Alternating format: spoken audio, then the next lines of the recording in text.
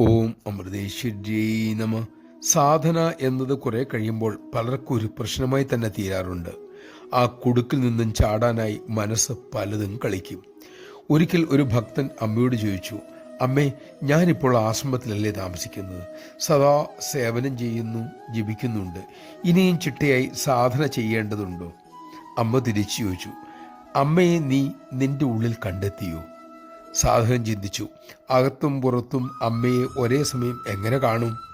ആ ചിന്തയ്ക്ക് ഉത്തരമെന്നോണം അമ്മ അരുളി, എല്ലാവരിലും അമ്മയെ കാണാൻ കഴിയുമ്പോൾ പിന്നെ സാധന ആവശ്യമില്ല മക്കളെ. നമഃശിവായ.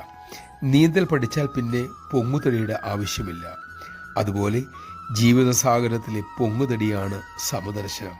നമുക്കതിനായി അമ്മയെ സ്നേഹിക്കാം, സേവിക്കാം. അതിനുള്ള വിവേകം അമ്മ തന്നെ നമുക്ക് അരുളട്ടെ.